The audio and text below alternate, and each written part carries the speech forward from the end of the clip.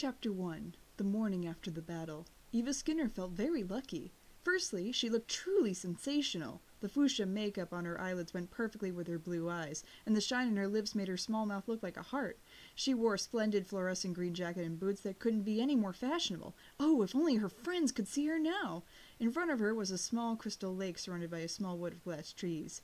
One of the trees stretched and bent like a willow, and from its branches ran drops of water in all the colors of the rainbow, raining on the surface of the lake like an ethereal waterfall. Eva was in a park, the park of a marvelous and deserted city, of which she was the one and only queen. What more could she ask for?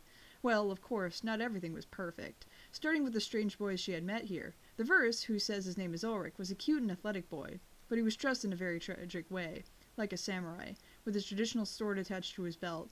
The other was even worse. He was called Jeremy, and he wore a pair of very large and round glasses, had very pointy ears, wore horrible green tights, and seemed like the ugly cousin of an elf.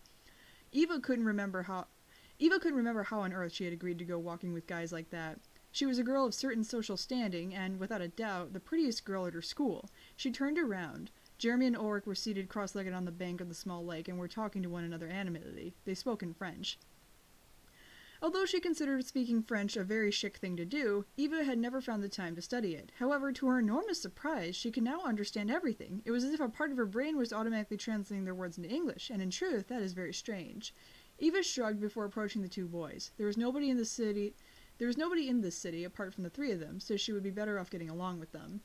Jeremy, Ulrich, and Eva were in the park of the first city, and it had been several hours since they had heard news from the outside world.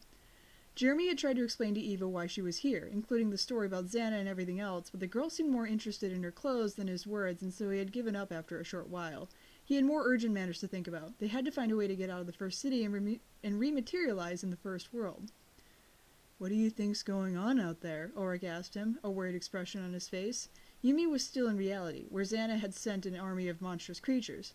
"I'm sure that Yumi and Odd were managing on their own," Jeremy said, trying to smile. "Richard and Professor Hertz are with them, not to mention the principal and our parents, and I believe Alita is safe and sound in the mirror. Her father's journal is a tranquil place with no dangers." "You're forgetting about Xana," Ulrich pointed out. "Xana's with her." Jeremy felt a shiver raise up his spine. That was the thought he had been trying his best to avoid.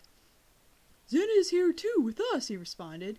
"He has already retaken his place as the absolute master of Lyoko in the Far City, and even so, he hasn't attacked us yet." "So?" exclaimed Ulrich.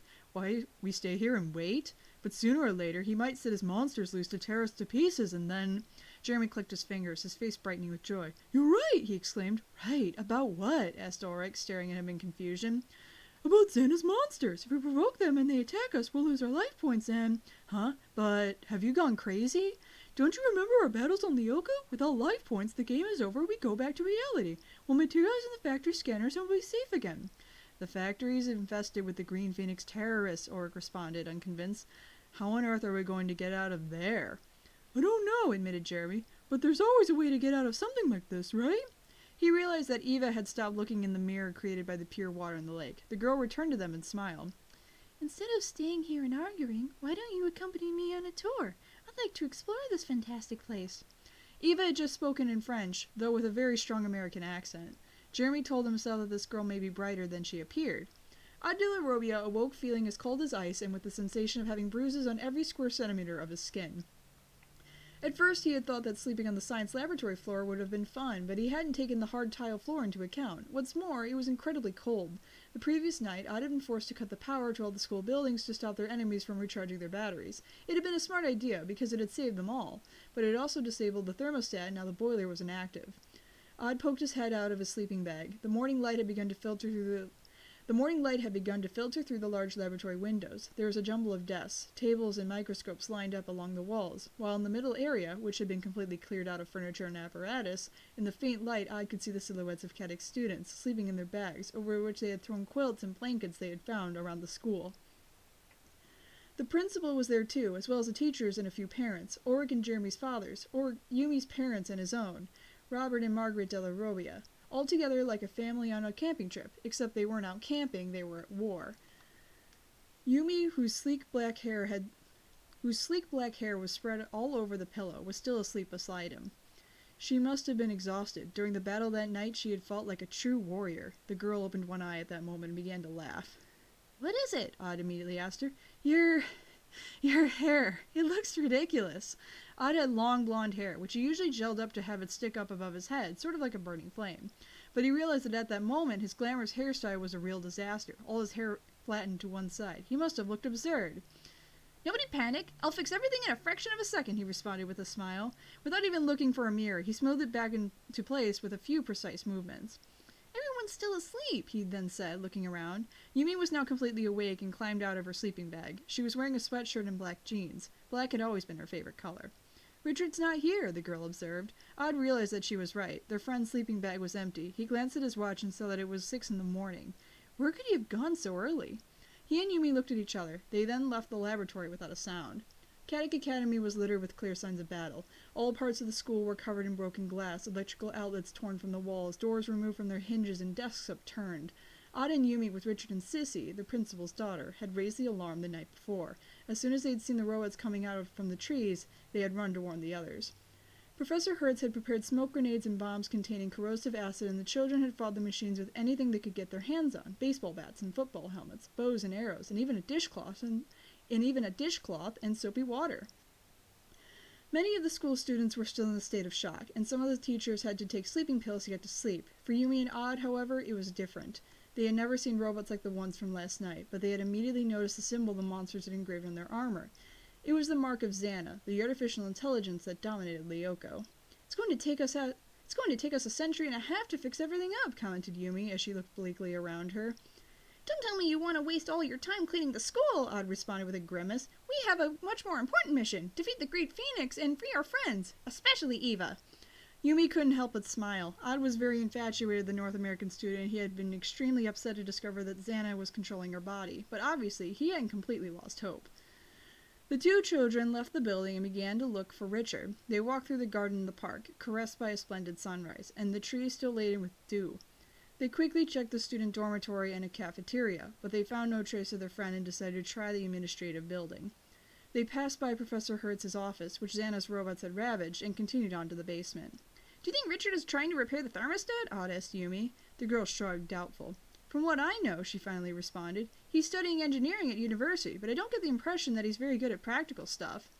Richard Dupuis was 23 years old, and as a child he had attended Caddick Academy just like them. He had been a student of Professor Hopper and classmates with his daughter, Aelita, except that Aelita and her father had been forced to flee the men in black by virtualing themselves onto Lyoko, and she hadn't continued to grow up, while Richard had become an adult. They found him just outside the boiler room, seeming very worried. "Richard," greeted Odd. "How are you, man?" The young man began, shrugging. "I'm looking for my Palm computer. I can't find it anywhere." "You lost your PDA?" Yumi questioned, frowning with worry. I had it in my pant pocket yesterday, like I always do. When Odd and I cut the power, we were in total darkness here, and so I tried to dig it out to give us some light, and I realized that it wasn't there." "Come on," Odd tried to console him, patting his back. "It can't be that important." "Don't you get it, Odd?" Yumi retorted, fuming. "Xana was really controlling Eva Skinner. That means that he would have seen Professor Hertz's file with the codes in it. According to Jeremy, Richard's Palm computer contains the second part of the code down. So if Xana gets his hands on it..." Richard and Odd looked at her, eyes wide. They hadn't thought about that. But Yumi had. Something or someone, maybe even Professor Hopper in person, had filled the man's Palm computer with programming code. Jeremy was the group's resident computer genius, and he was adamant that it was important. "Let's get to work," exclaimed the girl. "We need to find this thing." The calendar on the wall showed that the date was the 4th of June, 1994. Aelita was in her father's journal, the virtual world her friends had named the Mirror, and which contained the 6 final days in the life of Professor Hopper before he disappeared inside Lyoko. At that moment, the girl was seated in the Hermitage living room. It was a very orderly room, with a sofa, a lovely rug, and an elegant library. A mirror on a bookshelf reflected her image, an elf with pink hair. Aelita fiddled with the golden necklace around her neck. She caressed the delicate engraving on the surface with her fingertips. A W and an A, Waldo and Anthea, her parents' names. Just below it, a sailor's knot, symbolizing their eternal link. Aelita knew that she was alone. She was a prisoner in the virtual world her father had created as a perfect copy of her past, and she hadn't the slightest idea what to do. Jeremy had almost brought her back to reality, but she had refused. She had chosen to remain here with Xana to try to become his friend again, but she and Xana had then had an argument, and he had left, leaving her here alone. To pass the time, the girl had used the navigation box to go back in time to her father's journal. The mirror recounted a fascinating story. After having fled the military base of Project Carthage and after her mother was kidnapped, her father had sought refuge in Paris under a different name, in order to escape the men in black and continue his experiments in secret. And he had succeeded with the help of a scientist, Major Steinbeck, who had later become Professor Hertz. They had both placed their trust in Walter when he had provided funding and constructed the supercomputer in an abandoned factory not far from the Hermitage or Caddick Academy. But Walter, the father of her friend Ulrich, had betrayed them. He sold her father out to the men in black. Alita had witnessed the final scene in the journal at least a dozen times. In 1994, to help her father, she had accepted to be the subject of a strange experiment that she remembered absolutely nothing about. Then, the men in black had found them, and everything had shattered in the blink of an eye. The secret agents had opened fire, injuring Alita, and in order to save her, her father had fled to Lyoko with her in his arms. For the young girl, seeing these scenes again had been a startling surprise. Alita had lost all her memories to do with these events. Her brain had erased them as if they had never existed. Why? Could this possibly be linked to what her father did to her in 1994? Alita had no clue. Letting out a long sigh, she went into the kitchen to drink some water. Her hand went straight through the tap as if it were just an optical illusion. The girl smacked her forehead. How stupid! She rummaged through her clothing and found the mirror box. It was blue in color and had a small screen and 3 large red buttons. With the 2 side ones, she could advance and rewind through time in the journal, while the third, labeled Free Exploration, allowed her to move around the virtual world however she liked. But the command box also had another power. By holding it in her hand, she could touch the objects in the world, use them, and even eat and drink. Like this, Alita finally succeeded in quenching her thirst. Then looked all around the deserted kitchen. She had to do something, find someone, or she would run the risk of going completely crazy. She was tired of being alone, and her friends needed her in the real world.